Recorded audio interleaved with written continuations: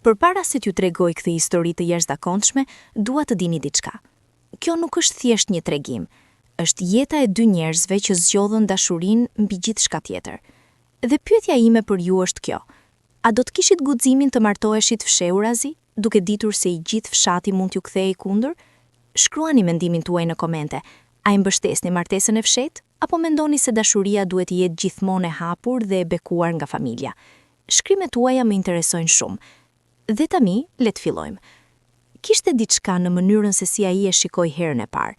Jo me atë lloj kurioziteti të ftohtë me të cilin shikohesh në një treg apo në një festë fshati, por me një lloj njohje të thellë, sikur sytë e tij kishin gjetur diçka që kishin kërkuar prej kohësh pa e ditur vetë. Ajo nuk e vuri re menjëherë. Ishte e zënë me shportat, me zërin e nënës që i thoshte të nxitonte, me vapën e asaj mëngjesi që rëndonte si peshë mbi supet e saj. Por kur ktheu kokën, vetëm një herë, vetëm për një çast, sytë e tyre u takuan, edhe diçka ndryshoi. Jo me bujë, jo me muzikë dramatike si në filmat që shihte ndonjëherë në televizor, por ndryshoi. Si era para shiut, ende nuk e ndjen, por e di se po vjen. Ariani ishte djali i fshatit fqinj. Në këto treva, fshat fqinj mund të nënkuptonte shumë gjëra, ndonjëherë miqësi të vjetra, ndonjëherë rivalitete edhe më të vjetra, ndonjëherë histori gjaku që askush nuk i kujtonte mirë, por askush nuk i harronte plotësisht. Midis fshatit të tij dhe fshatit të Mirenës nuk kishte gjak të vjetër, kishte diçka edhe më të komplikuar, kishte indiferencë. Dy fshatra që jetonin pranë njëri tjetrit, po shikonin drejtime të ndryshme, si dy fqinj që ndajnë mur, por kur nuk pinë kafe bashk. Ariani kishte ardhur atë mëngjes me baban e tij për të blerë disa vegla bujqësore nga pazari i vogël që mblidhej çdo javë në sheshin kryesor të Mirenës. Nuk kishte plan të veçantë, nuk kishte arsye të veçantë për të qenë aty, veç se ajo rastësi e vogël e jetës që ndonjëherë ndryshon gjithçka. Babai i tij u ndalua te një rishitës, filloi të bisedonte për çmimet dhe Ariani mbeti i lirë për disa minuta, sytë e tij duke bredhur pa qëllim në përsheshin e mbushur me njerëz. Dhe atjer e pa atë. Mirena qëndronte pranë një shporte të madhe me qershi, duke zgjedhur me kujdes, duke shikuar çdo frut para se ta vendoste brenda. Kishte diçka në këtë vëmendje ndaj detajeve të vogla, që e bëri Arianin të ndalonte. Nuk ishte vetëm bukuria e saj, edhe pse ajo ishte e bukur me atë mënyrë të qetë, të natyrshme, pa ndërhyrje, ishte mënyra se si bënte gjërat, me kujdes, me prani, sikur çdo gjë që bënte meritonte vëmendje të plotë. Mirena ishte e vogla e familjes Krasniqi. Kishte dy vëllezër më të mëdhenj, Besianin dhe Flamurin, dhe një nën që e kishte rritur me dorë të fortë dhe zemër edhe më të fortë. Babai i saj kishte vdekur kur ajo ishte akoma fëmijë, dhe kjo humbje kishte lënë gjurmë të thella jo vetëm tek ajo, por edhe tek e gjithë familja. Vëllezërit e saj e konsideronin veten kujdestar të nderit të shtëpisë, dhe kjo përgjegjësi e vetshpallur kishte formsuar çdo vendim të madh brenda mureve të asaj shtëpie. Por Mirena nuk ishte vajza që nënshtrohej pa menduar. Kishte studiuar, aq sa i lejohej, kishte lexuar libra që i merrte hua nga mësuesja e fshatit, kishte ëndërruar jo thjesht martesë dhe shtëpi, por diçka më të gjerë, diçka që nuk kishte emër të qartë, por që ndjehej si hapësirë, si liri, si mundësia për të zgjedhur vetë rrugën e saj. Takimi i parë i vërtet ndodhi 2 javë më vonë. Ariani kishte gjetur një pretekst, jo shumë të besueshëm, por mjaftueshëm për të kaluar sërish nëpër atë treg, dhe Mirena ishte aty. Kësaj radhe, shikimet e tyre zgjatën pak më shumë. Kësaj radhe, ai gjeti guximin të buzëqeshte, dhe ajo, me një befasi që e bëri të ndjehej sikur zemra ishte larguar nga vendi i vet, i buzëqeshi mbrapsht. Fjalët e para midis tyre ishin të thjeshta deri në trishtim. Pyetje për tregun, për motin, për rrugën, por nën këto fjalë të thjeshta rridhnin rrymë të djera, kureshtja, nervozizmi, dëshira për të zgjatur bisedën sa më shumë pa u dukur se po e zgjaste qëllimisht. Kur u ndan atë ditë, të dy e dinin se diçka kishte filluar. Nuk e kishin emërtuar, nuk kishte nevojë. Muajt që pasuan ishin një lojë e imët dhe e mundimshme e rastësive të planifikuara. Ariani gjente arsye të kalonte në përfshat, një punë në fush aty pranë, një mik hipotekik që duhej vizituar, një rrugë alternante ka kthehej nga qyteti. Mirena, nga ana e saj, mësoi të gjente hapësirat e vogla të lirisë midis detyrave të përditshme, koha kur dërgonte bagtin në kullot, koha kur shkonte te krohi i largat, koha kur mësuesja e dërgonte të merrte libra nga shtëpia e saj. Këto takime të shkurtra, këto biseda të kapura midis një pune dhe tjetrës, kishin një intensitet të veçantë, pikërisht sepse ishin të kufizuara. Çdo fjalë kishte peshë sepse koha ishte e kufizuar.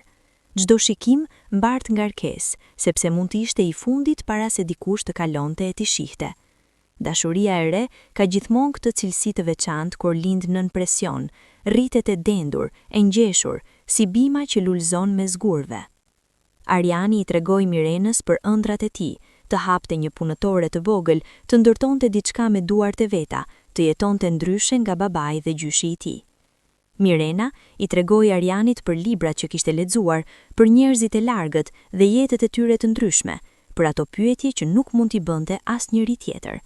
Midis tyre u ndërtua diçka e rrallë, jo vetëm atraksion fizik, jo vetëm afri emocioni, por edhe miqësi. Ata e kuptonin njëri tjetrin me atë lloj lehtësie që nuk mësohet dhe nuk imponohet. Por fshati nuk fle. Fshati ka sytë e tij, shumë syri, të gjithë të hapur, të gjithë kurioz.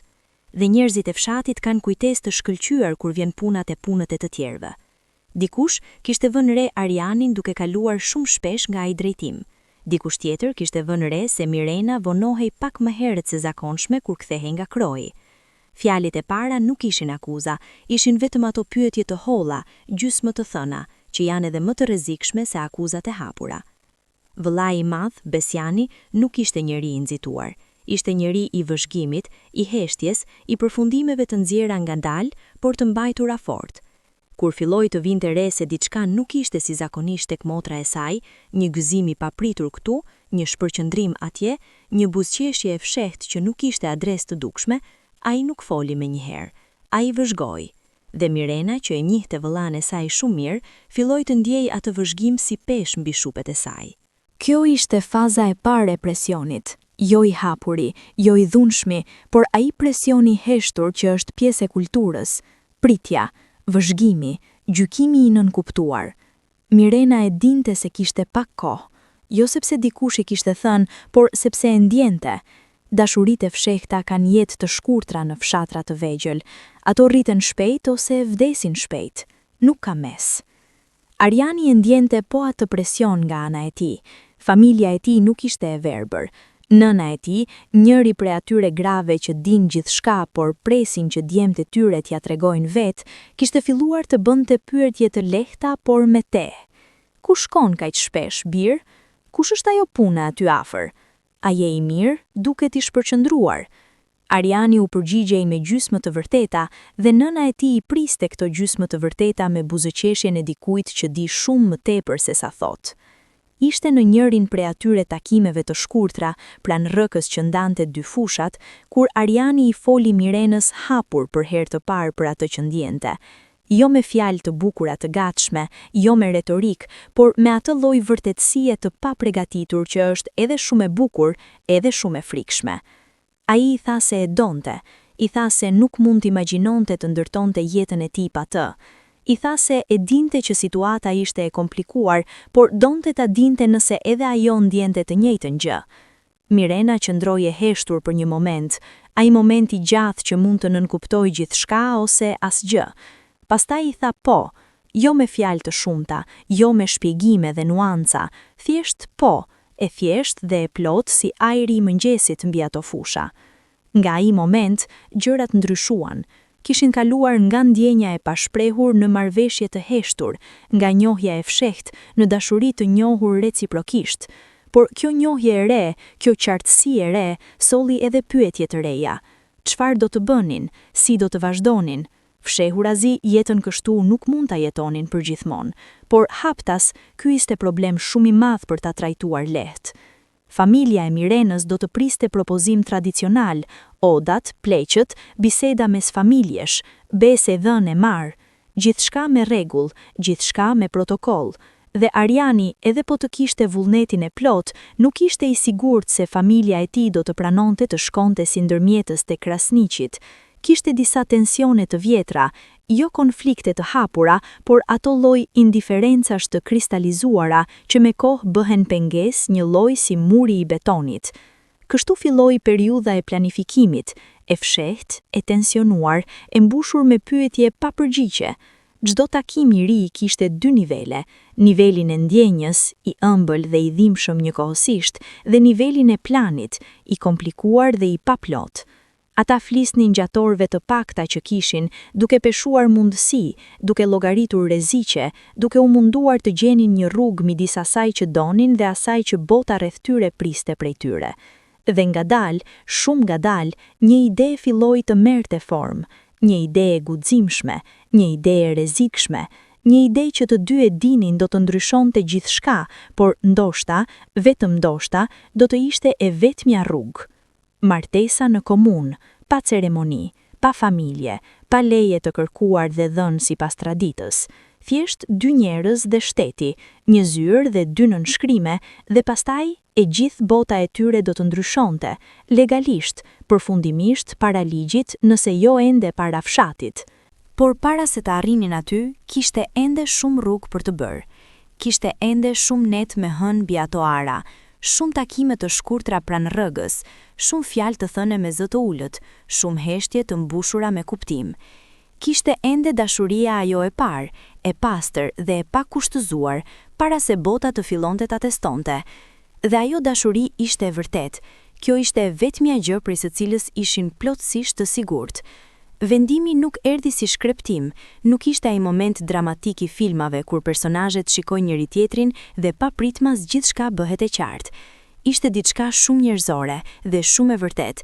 Erdhi ngadalë, si drita e agimit, si bindja që grumbullohet gradualisht nga shumë biseda, shumë net pa gjumë, shumë momenteve kur rruga tjetër duke i gjithnjë e më e mbyllur. Ariani kishte menduar me shumë kujdes. Ky ishte tipari i tij, nuk vepronte impulsivisht, ndoshta edhe shumë pak, por kësaj here, çdo herë që ndërtonte anën tjetër të argumentit, përfundonte në të njëjtin vend. Pa martesë të fshehtë, nuk kishte zgjidhje. Familja e tij nuk do të shkonte tek Krasniqit, Besiani nuk do të pranonte kur, e megjithatë ai e donte Mirenën me atë lloj qartësie që e bën njeriu të ndihej si i lirë, edhe kur është i bllokuar nga gjithë anët. Mirena e kishte kaluar javë të tëra duke menduar. Natën, kur shtëpia heshte dhe vetëm zëri i natës mbetej, ajo rrihej me mendime si me armiq të brendshëm. Nga njëra anë, dashuria, e qartë, e patjetërsueshme, e vërtet. Nga ana tjetër, familja, nëna, vëlledrit, nderi i shtëpisë, ajo strukturë pa dukshme por e fortë si çeliku që mbante botën e saj të organizuar. Nuk ishte se nuk i donte, por dashuria nuk është gjithmonë bindje, dhe bindja nuk është gjithmonë dashuri. Ditën kur ju propozua qartë plani i martesës në komunë, Mirena ishte ulur pranë dritares së vogël të dhomës së saj, duke shikuar fushat jashtë. Ariani ja kishte dorëzuar mesazhin nëpërmjet rrugës së tyre sekrete. Një letër e vogël e mbyllur, lënë në një gur të caktuar pranë rrugës. Sistemi primitiv por i sigurt. Fshati nuk kishte ende ato telefona inteligjente të gjithë, dhe edhe kur kishte, dikush gjithmonë mund të shikonte. Letra ishte shkruar me kujdes. Ariani kishte rilekzuar çdo fjali para se ta mbyllte. Shpjegonte logjikën. Po prisnin aprovimin e familjeve, do të prisnin për gjithmonë. Besiani nuk do të tërhiqej. Babai i Arianit nuk do të shkonte të propozonte tek njerëz me të cilët nuk kishte marrëdhënie të ngushta. Koha po kalonte dhe me çdo muaj që kalonte, vështetësia e tyre rrezikohej edhe më shumë. Zgjidhja e vetme ishte ta bënin të kryer, jo si sfidë ndaj familjes, por si mbrojtje e dashurisë së tyre. Mirena e lexoi letrën 3 herë. Pastaj e vendosi në një ashtëk dhe doli të punonte, sepse jeta fshatare nuk ndalet për dilema sentimentale. Ka bëgëti të kujdeset, ka punë shtëpie, ka nën që pret ndihmë. Por gjatë gjithë asaj dite, ndërmjet detyrave dhe bisedave të zakonshme, mendja e saj rikthehej tek ajo letër, tek ai propozim, tek ajo pyetja e madhe. A kishte guxim? Ky ishte pyetja e vërtet. Jo a e donte, atë e dinte. Jo a ishte i duhuri, edhe atë e dinte. Por a kishte guximin të merrte një vendim kaq të madh, kaq kundër rrjedhës, kaq të rrezikshëm për çdo gjë tjetër në jetën e saj? Fshati kishte histori të tilla. Vajza që kishin ikur me djem kundër vullnetit të familjes. Disa kishin mbaruar mirë, Pas trazirës fillestare, familjet ishin pajtuar, jeta kishte vazhduar. Disa të tjera kishin mbaruar keq, me vajza të izoluara, me familje të plagosura, me emra që fliteshin vetëm me zë të ulët dhe kokë të ulur. Mirena i dinte të gjitha këto histori. Fshati i tregon fëmijëve historitë të rriturve si mësime, si ato fabula të vjetra, por me emra real dhe pasoja reale. Por historia e saj nuk ishte ikje. Kishte një nuancë të rëndësishme. Nuk po planofonin të largoheshin, të zhduknin, të coptonin lidhjet, po planifikonin të martoheshin, legalisht, zyrtarisht, dhe pastaj t'i ballofonin familjet me një fakt të kryer, duke shpresuar se koha dhe realiteti do të bënin atë që argumentet nuk mund ta bënin. Ishte rrezikshëm naif? Ndoshta, por dashuria ka gjithmonë një dozë të caktuar naiviteti, dhe pa atë dozë ndoshta askush nuk do të guxonte kurrë. Mirena u takua me Arianin 3 ditë pas letrës. Takimi ishte i shkurtër, vetëm minuta, pranë atij krojt të largët, në dritën e pasdites që bëhej e artë midis pemëve. Ajo nuk foli shumë. E shikoi, ai e shikoi dhe pastaj tha, "Dakord, por duhet ta planofojmë mirë." Ato 3 fjalë të fundit ishin Mirena. Ajo nuk ishte bërë asgjë pa e menduar plotësisht. Madje edhe ky vendim i guximshëm, madje edhe ky hap kundër rrjedhës, do ta bënte me kujdes, me plan, me logjik. Planifikimi zgjati javë, kishte shumë detaje për të menaxhuar, dokumentet e nevojshme, koha e duhur, mënyra si do të arrinin të dyja fshatra drejt qytetit pa u vënë re dhe, ndoshta sfida më e madhe, si do ta menaxhonin periudhën pas martesës, kur do të duhej të jetonin si të martuar fshehtas para se të zbuloheshin. Dokumentet nuk ishin problem, të dy i kishin letërnjoftimet e tyre dhe ligji nuk kërkonte leje prindërore kur kishin arritur moshën e rritur.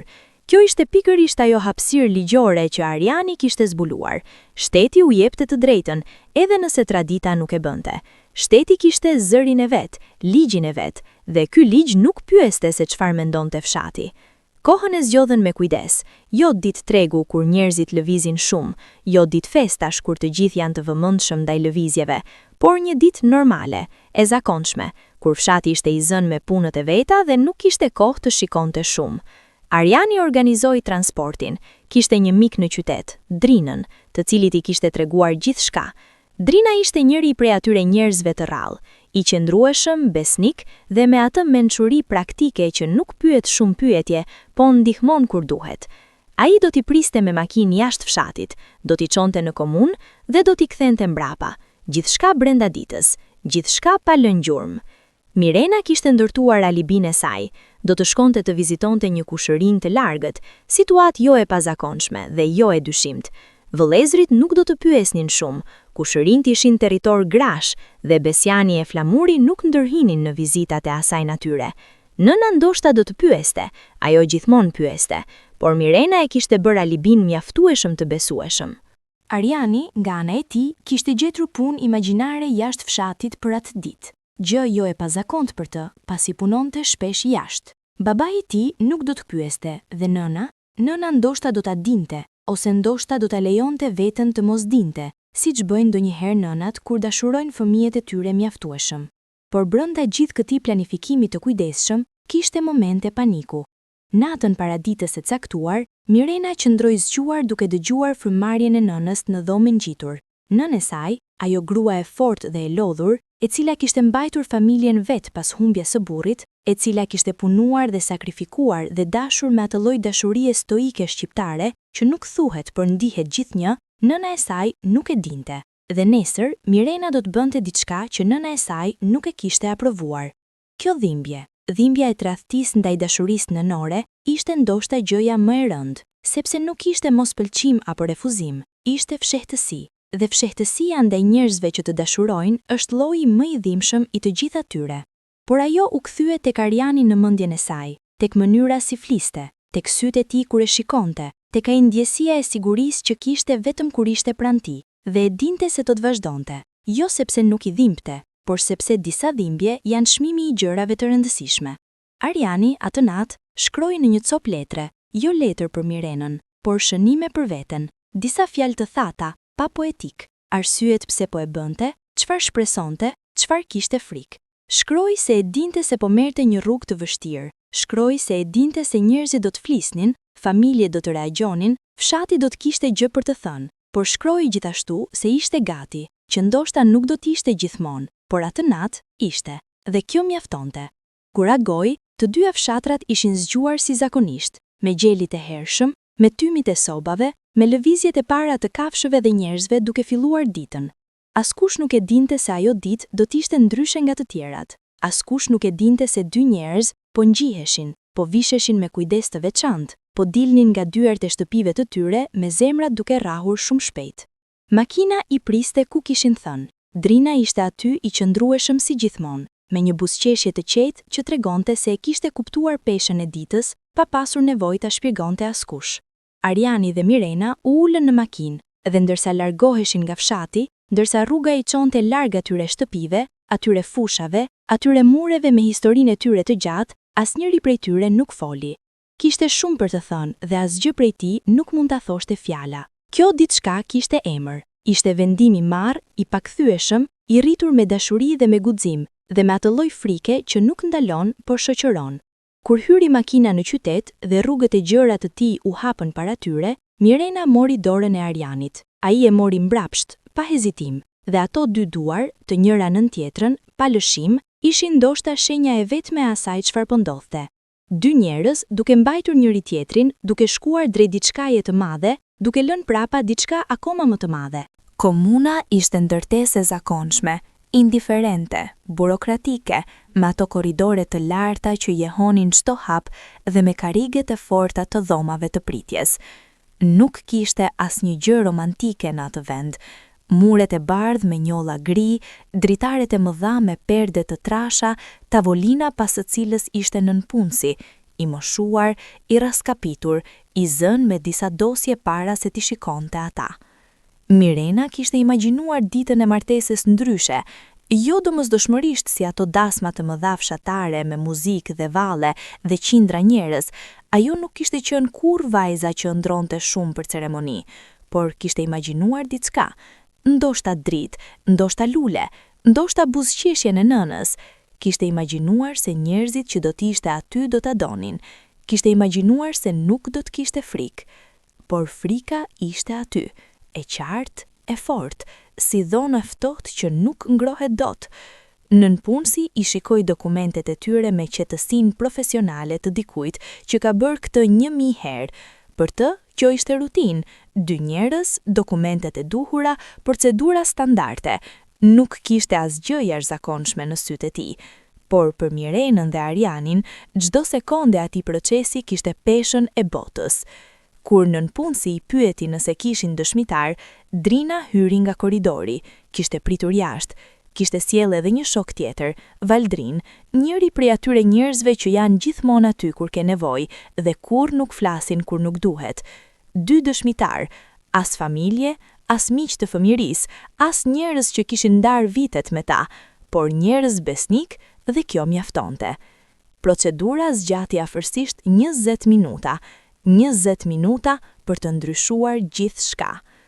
Nënpunësi lexoi formulën ligjore me tonin monotonik të dikujt që e ka recituar aq shumë herë sa ka humbur çdo ngjyrim, por Mirena e dëgjoi çdo fjalë, jo si formalitet, por si peshë.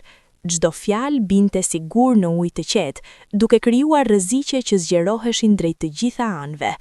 Kur erdhi momenti i nënskrimeve, dora e Mirenës u ngadalsua mbi letër. Për një çast, vetëm një çast të shkurtër, gjithçka u ndalua. Ajo ndjeu gjitha të jetë pra saj, nëna, vëllezrit, shtëpia, fusha, fshati, ajo strukturë tërë e ekzistencës së saj deri atëherë, dhe para saj e panjohur dhe e pasigurt dhe e bukur, e ardhmja. Ariani e shikoi, pa gjithçka në fytyrën e saj, dyshimin, frikën, vendosmërinë që luftonte me to. Nuk foli, nuk e shtyu, thjesht e shikoi me ato sy të tij dhe ajo e dinte se nëse hiqte dorë, edhe ai do të hiqte dorë. Nuk do ta detyronte, por nëse do të shkonte përpara, do të ishte aty. Ajo nënshkroi. Ai nënshkroi menjëherë pas saj, pa hezitim, me atë lëvizje të qetë të dikujt që kishte vendosur tashmë prej kohësh. Nënpunësi i stampoi dokumentin, i dha kopjen dhe tha me po atë ton monoton, urime. Fjala ra si gjethe e vetme, e vogël, e thjesht, krejtësisht e pamjaftueshme për madhësinë e asaj qasti. Por ishte bërë, ata ishin bashkëshort. Dalin jashtë ndërtesës së komunës në dritën e mesditës që kishte forcë e pa shpresë të asaj stine. Drina dhe Valdrin i pritën me buzëqeshje, jo të stisura, por të sinqerta, të atyre njerëzve që gëzohen vërtet. Drina kishte marrë një shishe të vogël pije, gjest modest, simbolik, mjaftueshëm. Pinin atë shishe në parkim, pa ceremonial, pa fjalime, duke qeshur pak nervoze dhe pak gëzueshëm njëkohësisht. Mirena u largua pak nga grupi dhe qëndroje vetme pranë murit, hapi dokumentin, atë certifikat martese të re me emrat e tyre të dy mbi letër zyrtare dhe e lexoi. Emri i saj, emri i tij, shteti i kishte njohur, ligji i kishte lidhur, familja nuk e dinte, fshati nuk e dinte, por shteti e dinte, dhe kjo letër e thjesht me vulën e komunës kishte tani fuqinë ligjore mbi gjithçka. Ariani erdhi pranë saj, e pyeti me zë të ulët. Si ndihen? Ajo mendoi për një moment, pastaj tha, si dikush që ka hequr peshë të madhe dhe ka marrë peshë tjetër, po aq të madhe. Ai kuptoi, nuk shtoi asgjë. Rruga kthimit u ndiej gjatë, makina lëviste nëpër ato fusha të hapura midis qytetit dhe fshatrave, dhe çdo kilometër i afronte ata drejt realitetit të fshehtësisë. Sepse tani fillonte pjesa e vështirë, jo vendimi i cili ishte marrë, por pasojat e tij, të cilat do të vinin. Plani ishte i qartë, edhe nëse i papërsosur, do të vazhdonin të jetonin si të pamartuar derisa të gjenin momentin e duhur. Ariani do të jetonte ende në shtëpinë e prindërve, Mirena do të jetonte ende me nënën dhe vëllezrit. Do të takonin gjithnjë fshehtas, gjithnjë me kujdes, gjithnjë me atë tension të dy fishk, ta ruanin sekretin dhe ta menaxhonin dashurinë. Por tani kishte diçka të re. Tani kishin një dokument, tani kishin një fakt ligjor, dhe kjo paradoksalisht bënte sekretin edhe më të rënd, sepse ishte jo vetëm dashuri e fshehtë, por martesë e fshehtë, dy gjëra krejt të ndryshme. Kur makina u ndal në skaj të rrugës para se të hynte në fshatin e Mirenës, ajo doli, u ndalua, ktheu kokën dhe shikoi Arianin nëpërmjet dritares. Ai kishte hapur gojën të thonte diçka, por ajo foli para. Do të dal një herë, dhe kur të dal, do të jetë vështirë. E di, tha ai, por ne do ta kalojmë, tha ajo, dhe nuk e tha si pyetje. Ai u ngrit pak sa të shihej plotësisht nëpërmjet dritares. Do ta kalojmë, konfirmoi. Ajo ktheu shpinën dhe ecte drejt fshatit me hapat e zakonshëm, me qëndrimin e zakonshëm, asgjë për të treguar se ajo grua e re që po hynte mes atyre shtëpive, kishte dal një pak orë më parë si vajzë dhe kthehej si bashkëshorte. Fshati e priti si zakonisht, me gjërat e veta, me zërat e vet, me ato erëra familjare të tokës dhe barit dhe drurve. Nëna ishte në kuzhinë, Besiani kishte ardhur nga fusha, Flamuri po rregullonte diçka në obor. Gjithçka ishte normale, gjithçka kishte vijuar pa të. Mirena hyri, u përshëndet, u ul dhe filloi të ndihmonte me darkën. Duar të qeta, fytyrë neutrale, zë i zakonshëm. Brenda zemra rrahte akoma shumë shpejt. Brenda kishte atë letër të re, atë fakt të ri, atë botë të re, e gjitha e fshehtë, e gjitha e ruajtur pas maskës së zakonshmes.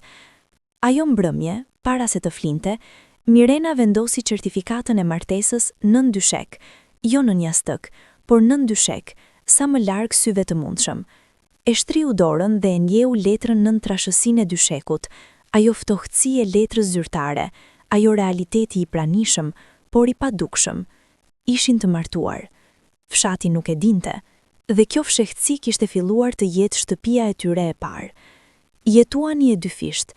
Kjo shprehje tingëllon si titull romani, por ata e jetuan si realitet të përditshëm, me gjithë mundimin dhe lodhjen dhe dridhjet e vogla të frikës që shoqërojnë çdo ditë kur ke diçka për të fshehur. Javët e para pas martesës kishin një cilësi të çuditshme, si ato ëndrat kur di se po ëndrrohesh, por nuk mund të zgjohesh. Mirena shkonte e vinte, bënte punët e shtëpisë, fliste me nënën, debatonte me Besianin për gjëra të vogla, qeshte me Flamurin, dhe gjatë gjithë kohës mbante atë sekret brenda si armë nën mantelin. Ariani gjithashtu, Ai jetonte me prindrit, hante darkën me ta çdo mbrëmje, dëgjonte baban duke folur për punën dhe fushën dhe fqinjët, dhe asgjë nga ato biseda nuk e trajtonte atë si burrin që ishte bërë tashmë. Takimet e tyre kishin ndryshuar, nuk kishin ndryshuar shpeshta, ende të rralla, ende me kujdes, por kishin ndryshuar cilësinë. Tani kishin gjuhën e veçantë të martesës së fshehtë. Ata flisnin jo vetëm si të dashuruarit, por si bashkëshort, flinin plane për të ardhmen, diskutonin se ku do të jetonin kur gjërat të dilnin, si do ta organizonin shtëpinë, çfarë do t'u thonin njerëzve. Kishte diçka tronditse madhështore, por edhe diçka e trisht në këto plane. Planifikonin jetën e tyre të ardhshme si dy arkitekt pa leje ndërtimi. Por në ngëzimin e atyre bisedave, rrithte gjithnjë ankthi. Ankthi dyfisht, frika nga zbulimi dhe frika nga vonesa. Çdo ditë që kalonin pa e zbuluar ishte ditë fituar, por gjithashtu ditë humbert, sepse çdo ditë i largonte ata nga momenti kur mund të jetonin hapur, dhe nëse dikush zbulonte, para se ata të kishin gjetur momentin e duhur, atëherë zbulimi nuk do të ishte i tyre, do të ishte i fshatit. Fshati kishte filluar të fliste. Pak, ende pak, por kishte filluar. Fjalimet e para nuk kishin emra, ishin ato lloj thashetemësh gjysmë të formuar, ato pyetje pa objekt të qartë. Mos Ariani ka qik, mos Mirena po fsheh diçka, pyetje të tilla nuk ka nevojë për prova. Jetojnë nga sugjestioni, nga intonacioni, nga i mos i pezulluar në ajër. Besiani ishte njëri prej atyre burrave që e kanë instinktin e gjuetarit, jo agresiv, por i vëmendshëm.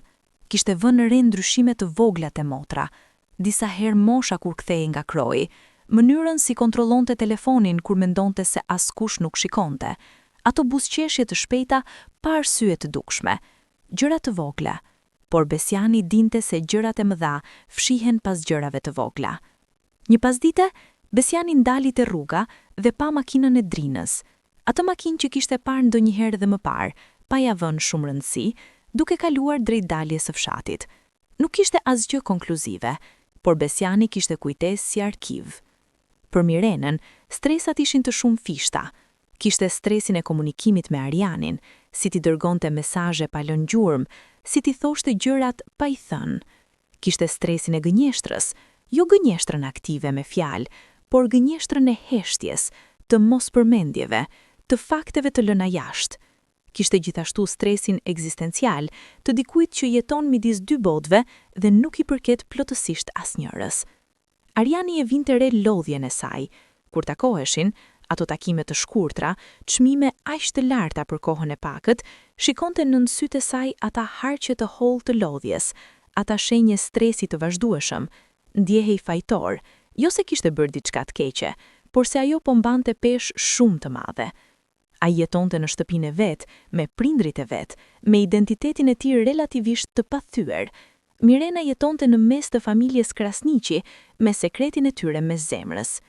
Kishte disa momente kur Mirena mendoi të hiqte dorë, jo nga Ariani, por nga fshehtësia. Mendoi të shkonte tek nëna e saj dhe t'i tregonte gjithçka. Nëna kishte qenë grua e vështirë, por jo e pamëshirshme. Ndoshta do të kuptonte, ndoshta do të gjente rrugë, por sa herë që arrinte afër asaj vendimi, diçka e ndalonte. Besiani. Mënyra si fliste Besiani për nderin e familjes, jo me fjali të mëdha dramatike, por në biseda të zakonshme, si diçka e vetkuptueshme, si ajri. Nëna sa do kuptim plot t'ishte, do t'ishte e detyruar t'ja tregonte Besianit. Dhe Besiani ishte problemi real, jo sepse ishte i keq, por sepse kishte atë sistem vlerash ku nderi ishte strukturor, ku familja kishte hierarki, ku motra nuk merrte vendime kaq të mëdha pa bashkërendim. Ai nuk do ta kuptonte fshehtësinë si mbrojtje të dashurisë, do ta kuptonte si tradhti. Kjo ishte paradoksi tragjik i situatës. Mirena kishte zgjedhur fshehtësinë pikërisht sepse dialogu i hapur duke i pamundur, por fshehtësia e bënte dialogun e hapur gjithnjë e më të pamundur. Ndërkohë Ariani kishte problemet e veta. Babai i tij kishte filluar të fliste për martesa, jo direkt, jo me Mirenën si objekt, por ato biseda të përgjithshme që janë në realitet shumë specifike. Është koha bir, gjemë të moshës tënde ka ndërtuar shtëpi, duhet të mendosh për të ardhmen. Ariani u përgjigje i vagiteteve diplomatike, duke shmangur konfliktin, por duke mos e zgjithur. Babai e dinte se shmangej, por edhe ai kishte atë sistem vjerash, ku nderi ishte strukturor, ku familja kishte hierarki, ku motra nuk merrte vendime kaq të mëdha, pa bashkërendim. Mençuri të caktuar prindërore. Nuk shtynte shumë, sepse ngushtimi i bën djem të bëjnë gjëra të nxituare. Nëna e Arianit ishte problem tjetër, ose ndoshta zgjidhje tjetër, varësisht si e shihje. Ajo kishte filluar të pyeste me stil indirekt. Gjendja civile e vajzave të caktuara, familja e kujt ishte e respektuar, karakteri i kujt ishte i mirë. Nuk e përmendja Mirenën me emër, por Ariani ndjente se e kishte parë, ndoshta jo me sytë e trupit, por me atë ndjeshmëri mistike të nënave. Disa javë kaluan kështu. Disa javë të lodhshme, të tensionuara, por gjithashtu të mbushura me atë intensitet të veçantë të situatave të paqëndrueshme. Paqëndrueshmëria ka energji, jo të mirë, por energji. Gjithçka ndihet e gjallë, sepse çdo gjë mund të ndryshojë. Takimi i tyre i fundit para zbulimit ndodhi një pasdite me erë. Erë e ftohtë që sa kishte filluar të sjellë shenjat e stinës në ndryshim.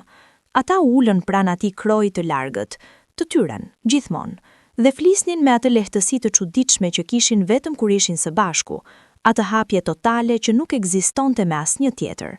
Ariani kishte sjell bukë dhe djath, gjëra të thjeshta, darkë improvizuar në qiellin e hapur. Mirena kishte sjell ato dardha të vogla të kopshtit të tyre, të ëmbla, pak krokante. Kishin ngrënë pa shumë fjalë, duke dëgjuar rrjedhën e ujit dhe erën në pemë.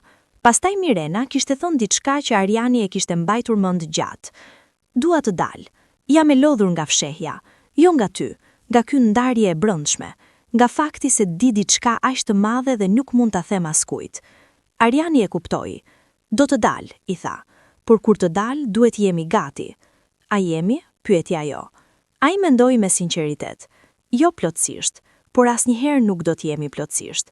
Kjo është gjëja me zbulimin. Nuk pret derisa të jesh gati. Kjo fjali do të rezultonte profetike shumë shpejt, por jo në mënyrën si kishin menduar, sepse zbulimi nuk erdhi kur ishin gati, erdhi kur nuk e prisnin, si të gjitha zbuluesit e rëndësishëm, pa paralajmërim, pa lehtësi, pa mundësi për t'u përgatitur.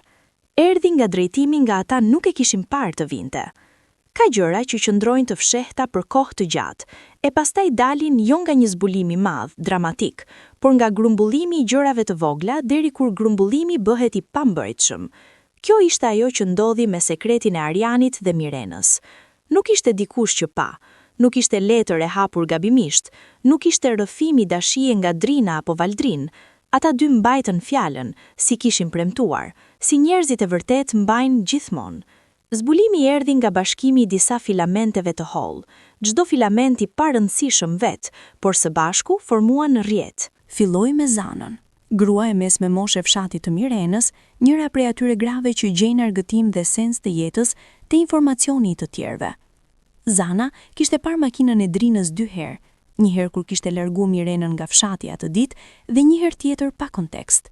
Nuk kishte folur me një herë, kishte ruajtur. Pastaj kishte qenë Noti, djali i vogël i fqinjit, 10 vjeç, i cili kishte parë Arianin dhe Mirenën pranë krojit dhe i kishte treguar nënës si anekdotë zakonshme fëmijërie. Nëna kishte buzëqeshur dhe kishte vazhduar punën, por kishte mbajtur. Dhe pastaj kishte qenë zyra e komunës, jo zyrtarisht, jo nga dosja e hapur, por nga jo informaliteti i botës së vogël ku nënpunëset e komunës dhe gratë e fshatrave kanë kuzhina të ndara por biseda të njëjta. Kishte qenë rastësi e pastër, komuniteti i vogël në qytet, gratë që njihnin njëra tjetrën, emri që ra në bisedë. Kur ato 3 fiza, makina, kroj, komuna, u bashkua në mendjen e Zanës një pasdite, kur ajo ishte duke pirë kafe me 2 shoqe, gjithçka u ndriçua menjëherë. Zana ishte grua inteligjente, kurora e saj nuk ishte keqdashësia, por ajo kureshtje konstruktive që shpesh bëhet e njëjtë me keqdashësinë në efektet e saj. Mirena e krasniqve, tha ajo, duke ulur filxhanin. Pyeteni kush e ka parë te komuna jo shumë kohë më parë. 2 shoqet e shikuan me atë vëmendje të mprehtë specifike. Me çfarë rasti? Pyeti njëra. Me rastin e martesës, tha Zana, dhe fjala ra sigur në pellg. Nga ky moment, informacioni lëvizi me shpejtësinë me të cilën lëvizin gjërat e mëdha nëpër fshatra të vegjël, jo si gara, por si lumi dal nga brigjet, pa drejtim të planifikuar, por me forcë të pandalshme. Brenda 2 ditëve, gjyshma e fshatit të Mirenës kishte dëgjuar ndonjë version të historisë. Disa versione ishin afër të vërtetës, disa kishin deformime, siç ndodh gjithmonë kur informacioni kalon nga goja në gojë, detaje të shtuara, të hequra, të kthyera. Por bërthama ishte e njëjtë. Mirena Krasniqi kishte shkuar në komunë dhe kishte kryer martesë pra djeninë e familjes. Brenda 4 ditëve, fshati i Arianit e kishte marrë vesh gjithashtu. Rrugët janë të shkurtra midis fshatrave fqinj, dhe thashë themi udhëton nëpër to shpejt si era. Nëna e Arianit e mori vesh nga fqinja e saj, njëra prej atyre femrave që arrin ta paraqesin lajmin e keq me intonacionin e dëmshurisë, por me gëzimin e fshehur të dikujt që di diçka. Nëna e Arianit e dëgjoi, nuk foli, e falenderoi fqinjen me mirësjellje dhe u mbyll brenda. Pastaj u ul dhe qëndroi e heshtur për shumë kohë. Besiani e mori vesh nga 2 burime në të njëjtën ditë, gjë që i dha informacionit shtresë konfirmimi. I pari ishte burri i Zanës, i cili e takoi rastësisht në rrugë dhe foli me atë stilin nënkuptuar të dikujt që mendon se tjetri tashmë e di. I dyti ishte miku i ngushtë nga fshati tjetër, i cili e thirri dhe i foli direkt. Besiani dëgjoi. I than kushokun. Mbylli telefonin. Pastaj qëndroi pa lëvizur për gati 10 minuta. Nuk ishte zemërimi i shpejt, ai lloj zemërimi impulsiv që shpërthen dhe pastaj ftohet. Ishte zemërimi ngadalt, i thellë, ai lloj zemërimi që formohet si magmë dhe lëviz si lava, ngadal, por me djegje totale. Flamuri e mori vesh nga vëllai. Ishte more aktiv, e natyrshme dhe e shpejt. Por gjithashtu me atë lojalitet absolut ndaj familjes që karakterizonte të dy vëllezrit, e shprehur ndryshe. Nëna e Mirenës e mori vesh e fundit, gjë e padrejtë dhe e vimshme, sepse ajo duhej ta kishte ditur e para. Por kjo është zakonisht e vërteta me nënën. Shumë shpesh bota i tregon para se bija t'i tregoj. Kur Besiani hyri në shtëpi me atë fytyrë, të kontrolluar por me atë tension të dukshëm nën lëkurë dhe i tha nënës të ulej, ajo e dinte tashmë se diçka e madhe kishte ndodhur. Ajo dëgjoi, nuk qau menjëherë. Besiani priti emocionin e saj si njëri që pret konfirmim, duke matur reagimin e saj si termometër të situatës. Por nëna nuk i dha atë konfirmim të pritur. Ajo uli kokën, vuri duart mbi gjy dhe qëndroi kështu, e heshtur, e rënd, si mal i mbuluar me re. Pastaj tha vetëm, ku është? Mirena nuk ishte në shtëpi. Kishte shkuar të merrte diçka nga dyqani, gjë e vogël, e zakonshme, që kishte ndodhur rastësisht pikërisht atë çast. Kur u kthye dhe pa makinën e Besianit para derës, jo vetëm makinën e tij, por edhe 2 xhipa tjerë të njerëzve të tjerë, diçka në stomak i ra rënd. Hyri në obor. Besiani, Flamuri, nëna dhe 3 njerëz tjerë, të afërt, krye i shtëpive të tjera të lidhura, ishin ulur ose qëndronin në obor. Të gjitha syt u kthyen drejt saj. Mirena nuk u tut. Kjo ishte çuditshme edhe për të vet, nuk ndjeu atë panik fizik që kishte pritur. Ndoshta sepse kishte pritur këtë moment prej kohësh dhe frika e zgjatur kishte humbur forcën goditse. Ndoshta sepse disi ndihej si lehtësi, si heqja e peshës. Besiani foli i pari, me atë zë të qetë që ishte shumë më frikshëm se bërtima. A është e vërtet? Mirena e shikoi drejt në sy. Po, tha ajo. Heshtja që pasoi zgjati disa sekonda. Pastaj fshati filloi. Kur themi fshati filloi, çfarë nënkuptojmë? Nënkuptojmë diçka shumë specifike dhe shumë komplekse njëkohësisht. Nënkuptojmë ato mekanizëm kolektiv të komuniteteve të vogla, ku çdo ngjarje private bëhet çështje publike, ku familja nuk është njësi private, por lidhje rrjetesh, dhe ku nderi nuk është abstrakt, por kapital real, i prekshëm me pasoja ekonomike dhe sociale. Rrjeti i presionit kishte shtresa. Shtresa e parë dhe më e menjëhershme ishte familja e Mirenës. Besiani ishte planifikuesi, Flamuri ishte zemërimi, nëna ishte dhimbja. 3 reagime të ndryshme, po aq reale, po aq të fuqishme. Besiani filloi me pyetje sistematike, jo bërtima, jo akuza direkte, por atë lloj hetimi metodik që në fund bën më shumë dëm. E pyeti Mirenën për çdo detaj, kur kishin njohur, kur kishin vendosur, si kishte shkuar, kush kishte ndihmuar. Mirena u përgjigj, jo plotësisht, por mjaftueshëm. Fsheu emrat e Drinës dhe Valdrinit, por gjithçka tjetër e tha. Flamuri nuk kishte durim për pyetje, ai donte veprim, të dilte, të gjente Arianin, t'i fliste si duhet. Besiani e ndaloi, jo sepse nuk ndante ndjenjat e vëllait, por sepse e dinte se nxitimi nuk zgjidh, vetëm ndërlikon. Prit, i tha, mendojmë. Nëna nuk foli shumë atë ditë. Ajo grua, e cila kishte mbajtur familjen me fjalë dhe punë dhe vendim, atë ditë humbi gjuhën, jo nga dobësia, por nga ajo lloj dhimbje e thellë që nuk ka fjalë adekuate. E bia kishte marrë vendim kaq të madh pa e pyetur, pa e përfshirë, pa i dhënë mundësinë të ndihmonte, të udhëzonte, të ishte nëna që duhej të ishte. Kjo lëndim e veçantë e nënës të lënë jashtë ishte ndoshta më e thella nga të gjitha. Brenda orëve të para, shtëpia u bë fushbeteje heshtur. Besiani telefonoi 2 xhaxhallar, vëllezrit e babait të ndjer, pleqtë e familjes, ata që kishin autoritet moral dhe tradicional. Erdhën shpejt. Njerëzit e moshuar vinë gjithmonë shpejt kur thirren, sepse e dinë se prania e tyre ka peshë dhe peshën e tyre nuk e humbin lehtë.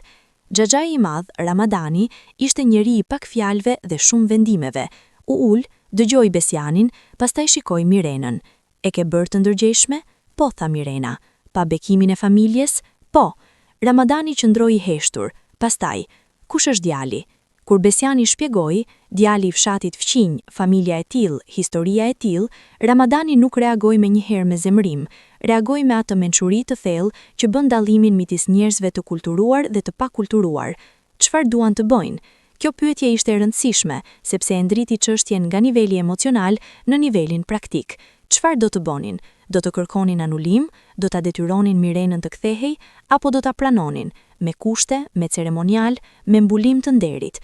Por para se të arrinin te kjo pyetje, kishte ende shtresën e dytë të presionit. Shtresa e dytë, fshati i gjerë. Dhe kjo ishte në mënyrat e veta edhe më e komplikuar se familja. Fshati kishte mendim. Jo një mendim të unifikuar, por shumë mendime, shpesh kontradiktore, të gjitha të fuqishme. Kishte gratë e moshës mesatare që e dënonin zgjedhjen e Mirenës. Si mund ta bënte kështu familjes? Babai të ndjer nuk i respektoi dot kujtimin. Kishte burrat e moshuar që flisnin me zë të ulët për nderin dhe traditën. Kishte gjithashtu, dhe kjo ishte e rëndësishme, zëra tjerë. Disa vajza të reja që flisnin me njëra tjetrën me admirim të fshehur, duke thënë: "O, guxoj." Disa njerëz të moshës mesatare që mendonin, privatisht, se ndoshta kjo kishte qenë vetmja rrugë. Por zërat privat dhe qëndrimet publike janë gjëra të ndryshme. Publikisht, komuniteti kishte një pozicion. Ishte shkelje e rregullave. Jo të ligjit, ligji nuk kishte problem, por të kodit shoqëror. Dhe kodi shoqëror në këto kontekste ka forcë edhe më të madhe se ligji. Gratë që kalonin para shtëpisë së krasniqve, ngadalsonin hapat. Njerëzit në treg flisnin me gjysmë zëra kur kalonte dikush i familjes. Fëmijët e vegjël, pa e kuptuar, i përcillin tensionet e prindërve me atë ndjeshmëri të veçantë që kanë fëmijët, dhe luanin me pak më shumë distancë nga shtëpia e krasniqve. Izolimi social kishte filluar, jo me vendim të shpallur, por me atë mekanizëm organik të komuniteteve kur rreshtojnë distancë. Nga ana e fshatit të Arianit, dinamika ishte ndryshe, por po aq intensive. Familja e Arianit ishte befasuar, por befasimi i tyre kishte nuanca të ndryshme. Babai i Arianit, Nazmi, ishte njëri i tipit që gjykonte ngjarjet praktikisht. Pyetja e tij e parë, pasi kaloi zemërimi fillestar, ishte: si do ta rregullojmë? Jo si mund ta kishte bërë, por si i rregullojmë. Ky orientim drejt zgjidhjes ishte një kohësisht tipari i tij më i mirë dhe burimi i frustrimit të Arianit me të. Sepse ndonjëherë rregullimi ishte mbulesë e mosnjohjes së ndjenjave. Nëna e Arianit, Sevdia, kishte atë reagim kompleks të nënave të mençura. Zemërim i përzier me krenari të fshehur. Zemërim sepse djali nuk e kishte pyetur. Krenari sepse djali kishte guxuar. Dy ndjenja të papajtueshme, të dyja reale, duke luftuar brenda saj. Ajo e thiri Arianin privatisht, para se Nazmi të kishte mundësi të fliste shumë, dhe e pyeti thjesht. E do? Po, tha Ariani. Me gjithë zemër? Po. Sevdia qëndroi e heshtur. Pastaj, kjo nuk do ta leftësoj, por kjo është e vetmja gjë që ka rëndësi. Kjo fjali e nënës do të rezultojë si shtylla mbajtëse e Arianit gjatë javëve të vështira që pasuan. Por fshati i Arianit kishte gjithashtu ata zërat e tij. Ata burrat moshës mesatare dhe të vjetër që kishin mendim të fortë për çështjen. Disa ishin miq të Nazmit dhe erdhën për të folur. Ato vizita që duken si solidaritet, por janë në të vërtetë presion i mbuluar. I thonin Nazmit se duhet shkonte te Krasniqit të kërkonte falje. Jo falje si turp, por falje si protokoll, si rikthim i rendit shoqëror. Të shkonte, të ulej, të pranonte se procedura kishte qenë e gabuar dhe pastaj të fillonin në risi, dasma e vërtet, me rregull. Por kishte problem, Krasniqit nuk ishin gati të prisnin askënd, jo ende. Besiani kishte vendosur, dhe kjo ishte vendimi i tij, jo i Ramadanit dhe jo i nënës, se para se të bënin ndonjë hap drejt pajtimit, duhej të kishte procesi brendshëm. Mirena duhet kuptonte seriozitetin e asaj që kishte bërë. Familja duhet kishte kohë të procesonte. Vetëm pas kësaj do të konsideronin hapat e ardhshëm. Kjo pozicion, edhe pse e kuptueshme psikologjisht, praktikisht nënkuptonte vonesë, dhe vonesat, në situata të tilla, u japin hapësirë thashethemeve dhe presioneve të tjera. Mirena jetonte këto ditë në shtypje të vazhdueshme. Nuk ishte dhunë fizike, kjo duhet theksuar, por kishte atë shtypje psikologjike specifike të komuniteteve tradicionale, heshtja selektive, shikimet, fjalët e gjysmëta, prania konstante e njerëzve në shtëpi duke diskutuar çështjen, si të mos ishte ajo aty. Ajo ishte subjekti dhe njëkohësisht e padukshme, fenomeni çuditshëm dhe i mundimshëm. Besiani nuk bërtiti asnjëherë. Flamuri bërtiti, njëherë fort, pastaj u qetësua kur nëna i hodhi atë shikim. Por Besiani kishte zgjedhur heshtjen si armë, dhe ajo heshtje ishte shumë më e rëndë se çdo zë. Kur kalonin pranë njëri tjetrit në shtëpu, Besiani nuk e shikonte drejt për drejt. Nuk i fliste pa nevojë. Ishte aty, i pranishëm, por kishte ndërtuar një mur transparent midis vetes dhe motrës. Transparent sepse mund ta shikoje nëpër të, por i fortë sepse nuk mund të kaloje. Mirena e ndjente këtë si shpim të vazhdueshëm. Besianin e kishte dashur, ende e donte. Ishte vëllai me cilin kishte rritur, i cili kishte ndenjur me të kur kishte klare fëmirin, i cili e kishte mbartur kur kishte qenë e vogël dhe i kishte lodhur këmbët. Ky distancimi i tij, kaq i qartë, kaq i vendosur, dhemte me llojin e dhembjes që vetëm njerëzit e dashur mund ta shkaktojnë. Nëna, nga ana tjetër, kishte gjetur rrugën e saj të veçantë të reagimit, punë e tepërt. Nga mëngjesi herët deri vonë natën, nëna punonte. Shtëpi, kopsht, gatim, rregullim gjërash që nuk kishin nevojë të rregulloheshin, punës i drejtohej si të ishte shpëtim, dhe ndushta ishte. Ishin ato nëna që kur nuk din çfarë të bëjnë me ndjenjat, bëjnë gjëra. Mirena e dinte se nëna vuante. Kjo dije, kjo faj i brendshëm, ishte bar shtesë mbi gjithçka tjetër. Ndërkohë, komunikimi midis Arianit dhe Mirenës u bë pothuajse i pamundur. Telefoni i Mirenës po mbikëqyrej, jo zyrtarisht, jo me konfiskim, por ajo ndjente se Besiani kishte mënyrën e tij të dijes.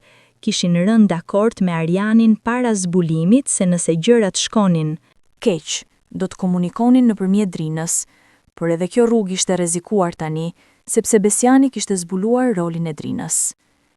Për herë të parë pas martesës, Mirena dhe Ariani ishin të ndarë, jo vetëm fizikisht, por edhe komunikativisht.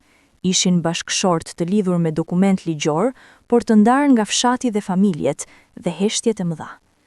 Dhe pikërisht kur gjithçka dukej se po arrin pikën e vlimit, kur familjet po pozicionoheshin dhe fshati po fliste dhe presioni po rritej çdo ditë, pikërisht atëherë ndodhi hapi që askush nuk e kishte parashikuar.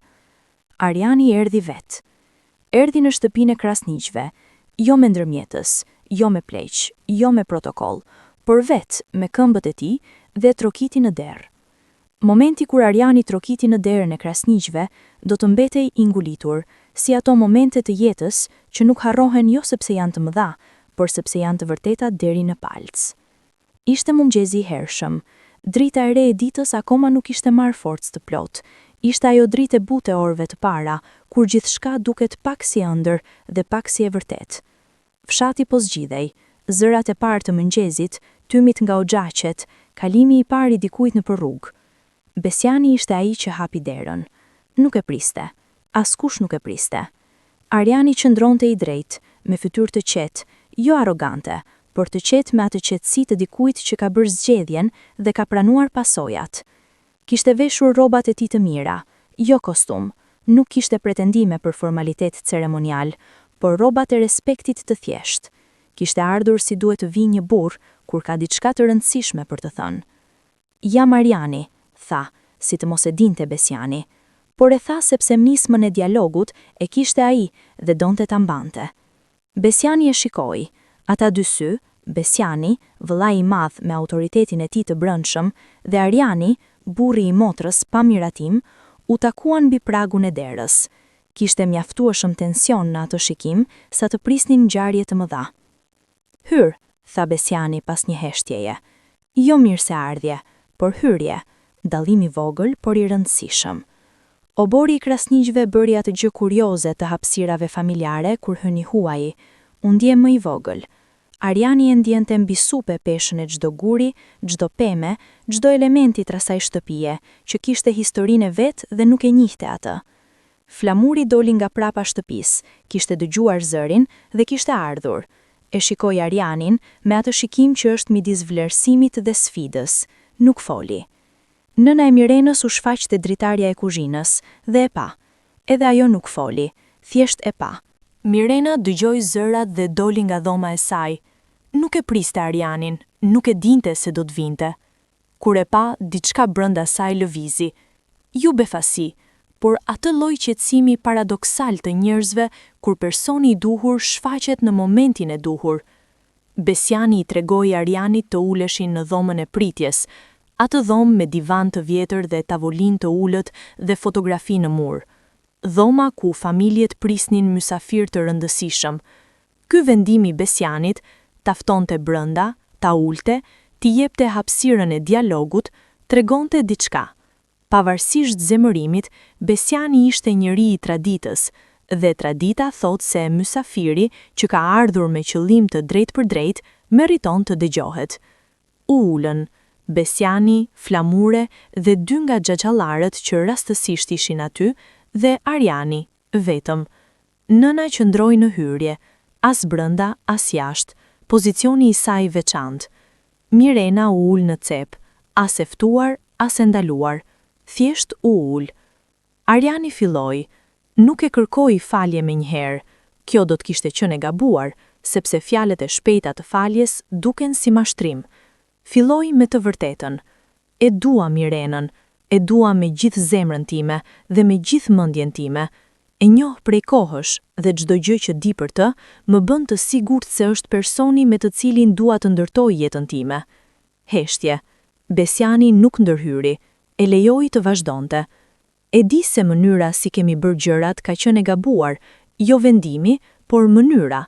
Duhej të kisha ardhur këtu haptas, para jush, dhe t'ju kisha treguar qëllimet e mia. Duhej t'ju kisha dhënë mundësinë të vendosnit haptas.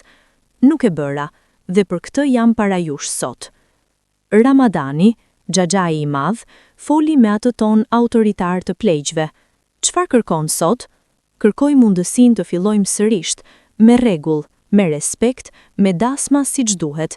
Mirena dhe unë jemi të lidhur me ligj, por dua të jemi të lidhur edhe me bekimin tuaj, sepse pa të, çfarë kemi bërë ka vlerë ligjore, por jo vlerë njerëzore. Kjo fjali, vlerë ligjore por jo vlerë njerëzore, ra ndryshe, sepse tregonte se Ariani kuptonte diçka thelbësore. Ligji dhe komuniteti nuk janë e njëjta gjë, dhe kur jetoni në komunitet, duhet të nderoni të dyja. Besiani qëndroi i heshtur për shumë sekonda, pastaj pyeti, dhe pyetja kishte bërtham të vërtet brënda. Ti thua se e do, por e ke menduar se çfarë do të thotë të martohet vajza jon pa bekimin tënd? Çfarë do të thotë kjo për familjen tonë në fshatin? Si do ta jetojmë nderin tonë?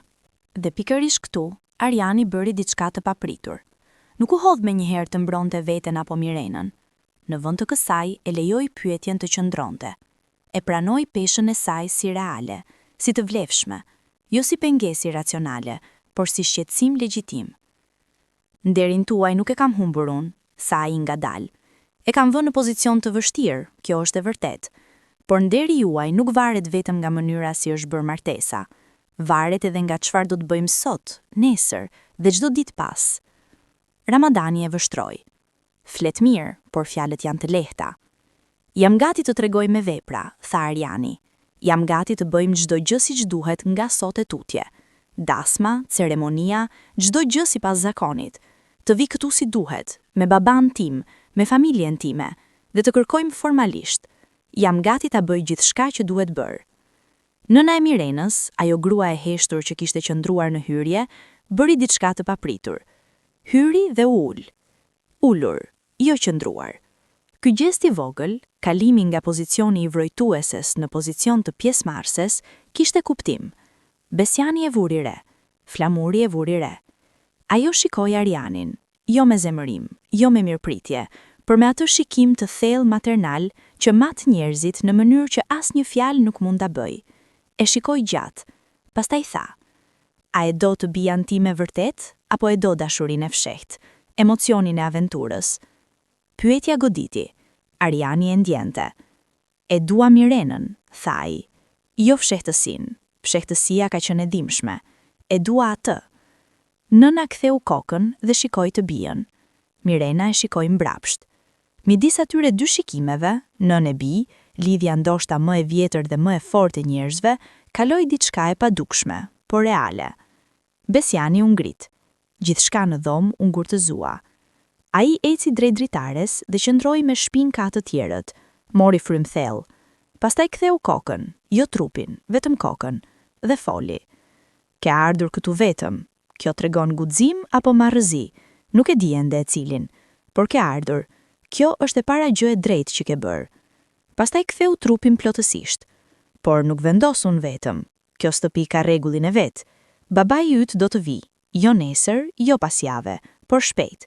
Do të ulemi si familje, do të flasim si duhet, dhe pastaj do të shohim." Nuk ishte pranim, por nuk ishte refuzim.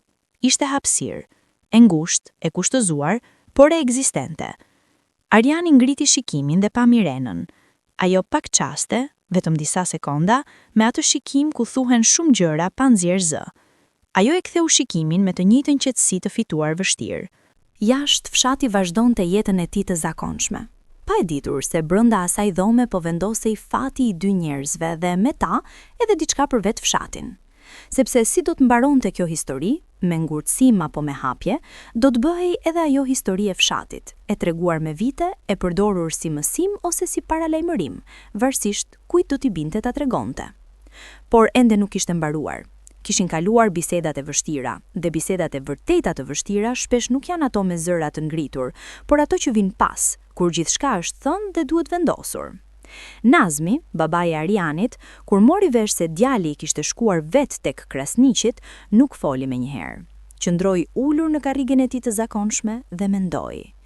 Pastaj tha vetëm "Mira", një fjalë, por ajo fjalë kishte brenda saj kapitullimin e një burri që kupton se djali i tij ka bërë diçka që ai vet ndoshta nuk do ta kishte bërë, por e ka bërë drejt. Sevdia e mori dorën e burrit. "Do të shkojmë," tha ajo. "Do të shkojmë dhe do të bëjmë siç duhet." Fshati nuk e dinte ende gjithçka, nuk e dinte bisedën e asaj mëngjesi në shtëpinë e krasniqve, nuk e dinte hapat që po vendoseshin, por fshati do ta mësonte, gjithmonë mëson. Javët që pasuan ishin ndoshta më të vështirat, por edhe ndoshta më të pasurit të gjithë kësaj historie. Nazmi dhe Sevdia shkuan tek krasniqit. Jo menjëherë, kishin kaluar disa ditë, kohë e nevojshme për të gjithë të merrnin frymë, por shkuan, me respektin e duhur, me fjalët e duhura, me atë gjest të rëndësishëm të njohjes. Kemi ardhur sepse kemi fëmijë të lidhur dhe duam t'i lidhim edhe vetë. Biseda e parë mes dy familjeve nuk ishte e lehtë.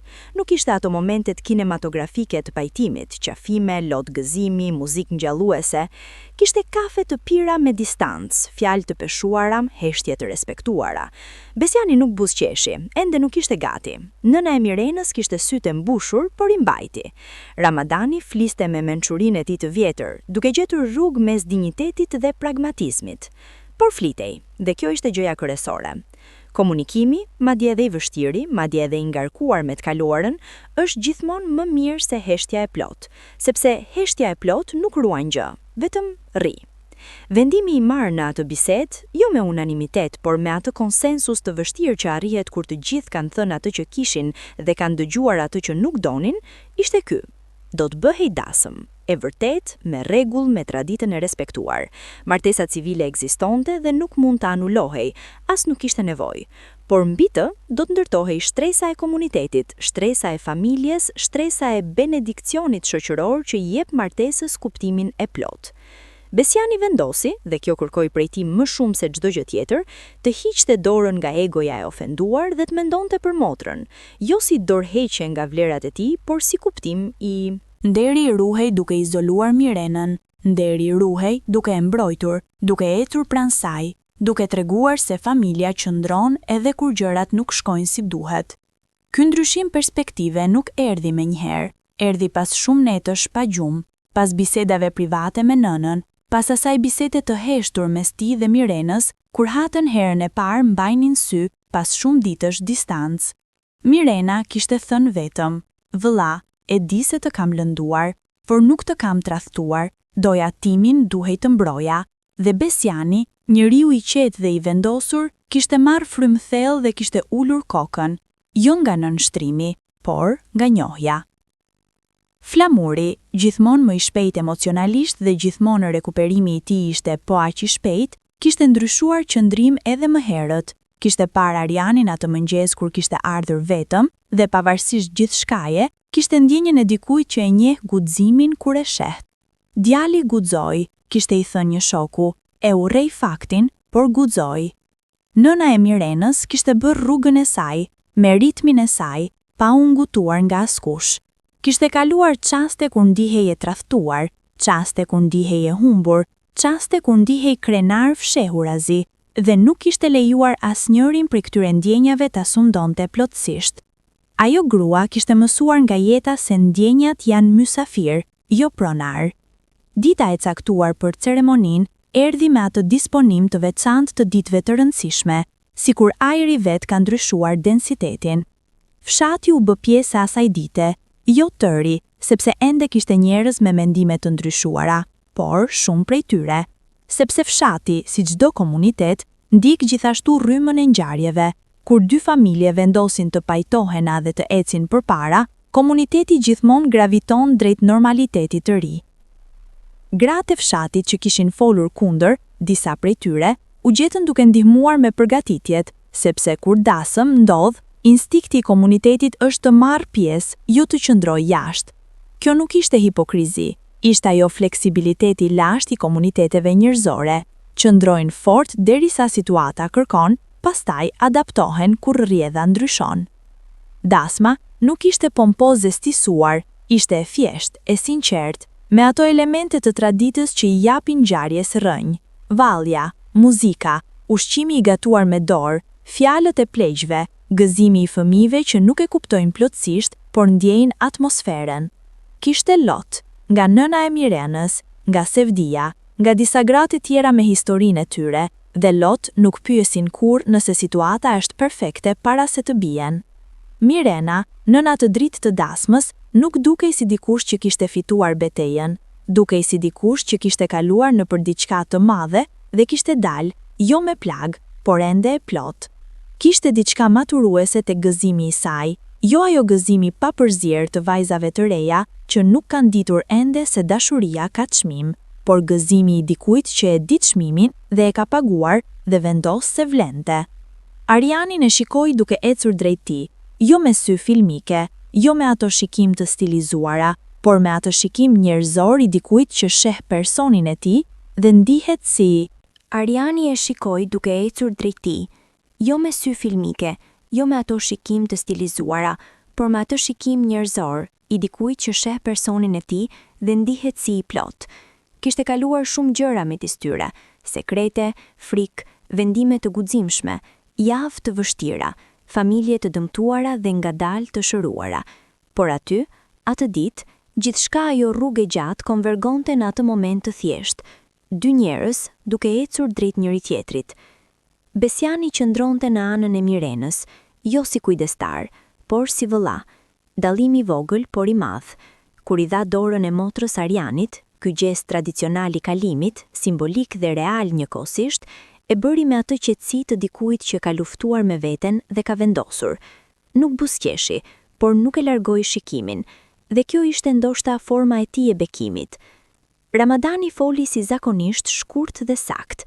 Fjalët e tij kishin atë ekonomi të pleqjve të mençur, kur çdo fjalë mbart pesh sepse nuk shpërdorohet asnjëra.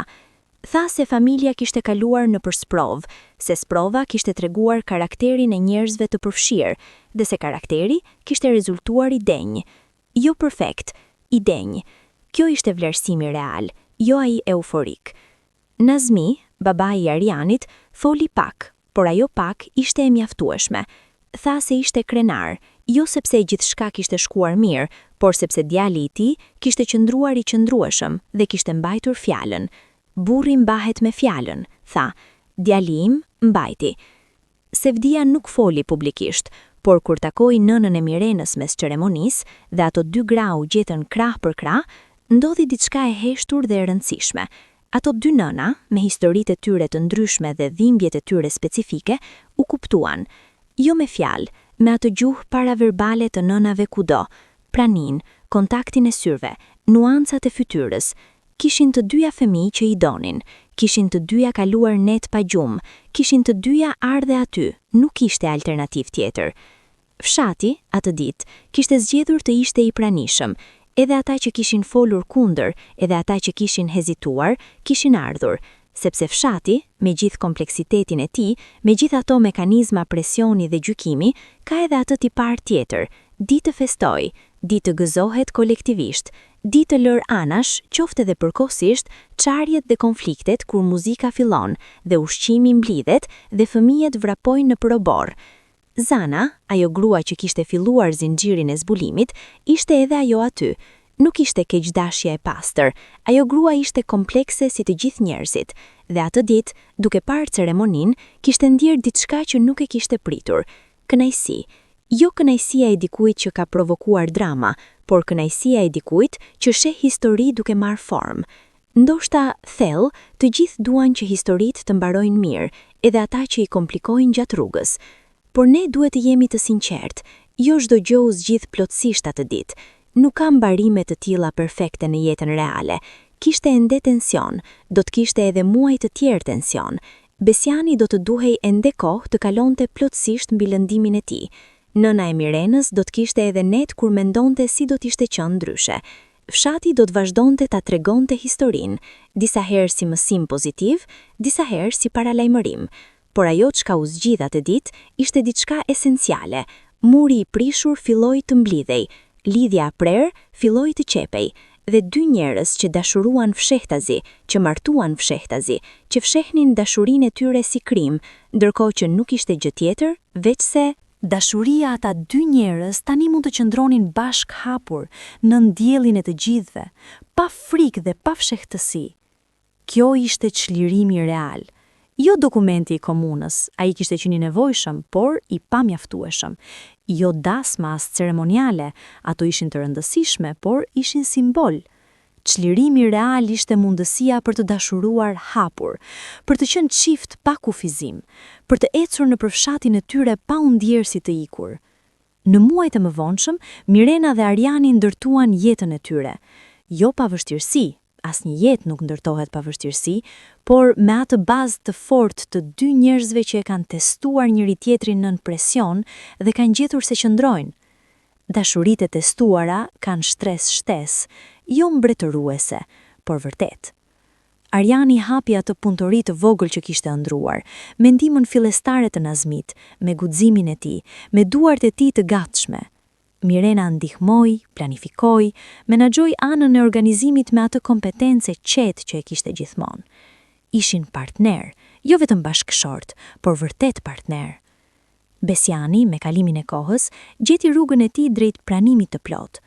Nuk ndodhi me një akt të vetëm dramatik, por ngadalë, siç ndodhin gjërat e vërteta, me darkë të ngrënë bashk, me ndihmë të dhënë kur nevojitej, me ato biseda të vogla që grumbullojnë miqësi të re mbi themelet e vjeta.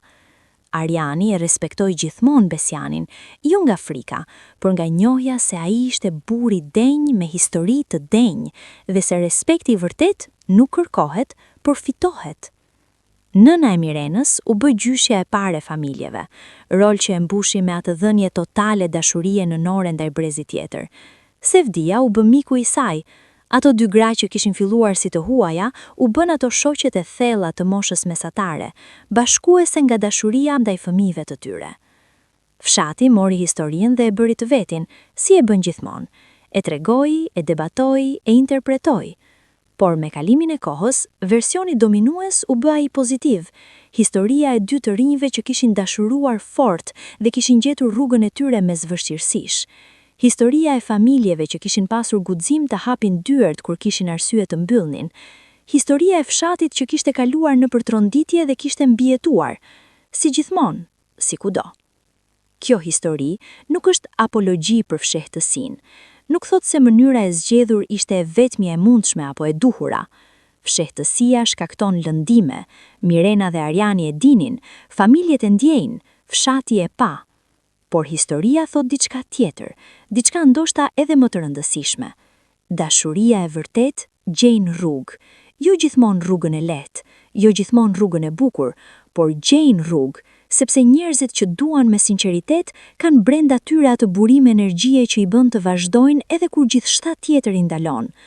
Dhe familjet, edhe ato me tradita të forta, edhe ato me autoritete të ngurta, edhe ato me plagë të freskëta, janë në fund të fundit bërë nga njerëz.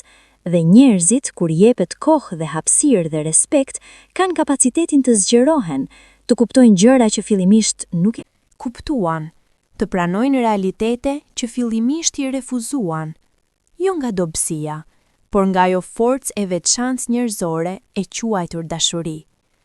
Sepse edhe Besiani e donte motrën, edhe nëna e donte të bijën, edhe Nazmi e donte djalin, dhe ajo dashuri, ajo bazë e pagabueshme njerëzore, ishte fundja gjëja e vetme që bëri të mundur çdo gjë tjetër. Mirena dhe Arjani e zgjodhën njëri tjetrin 2 herë. Herën e parë, fshehurazi, mes frikës dhe guximit. Herën e dytë, hapur, mes komunitetit dhe familjes dhe dritës së plotë të ditës. Zgjedhja e dytë nuk anuloi të parën. Të dyja ishin reale, të dyja kishin çmim, të dyja kishin vlerë. Dhe mes tyre, midis asaj darke të fshet pranë krojit dhe asaj dasme të hapur nën qiellin e fshatit, ishte e gjithë historia njerëzore e dashurisë, e komplikuar, e bukur, e dhimbshme, e vlefshme. Faleminderit që e ndoqët këtë histori deri në fund. Nëse ju preku, nëse ju bëri të mendoni, nëse ju kujtoi diçka nga jeta juaj, atëherë ka bërë atë çka duhej të bënte. Shkruajini në komente, çfarë do të kishit bërë ndryshe? Mirena, Arjani apo familjet? Historia juaj mund të jetë interesante sa kjo.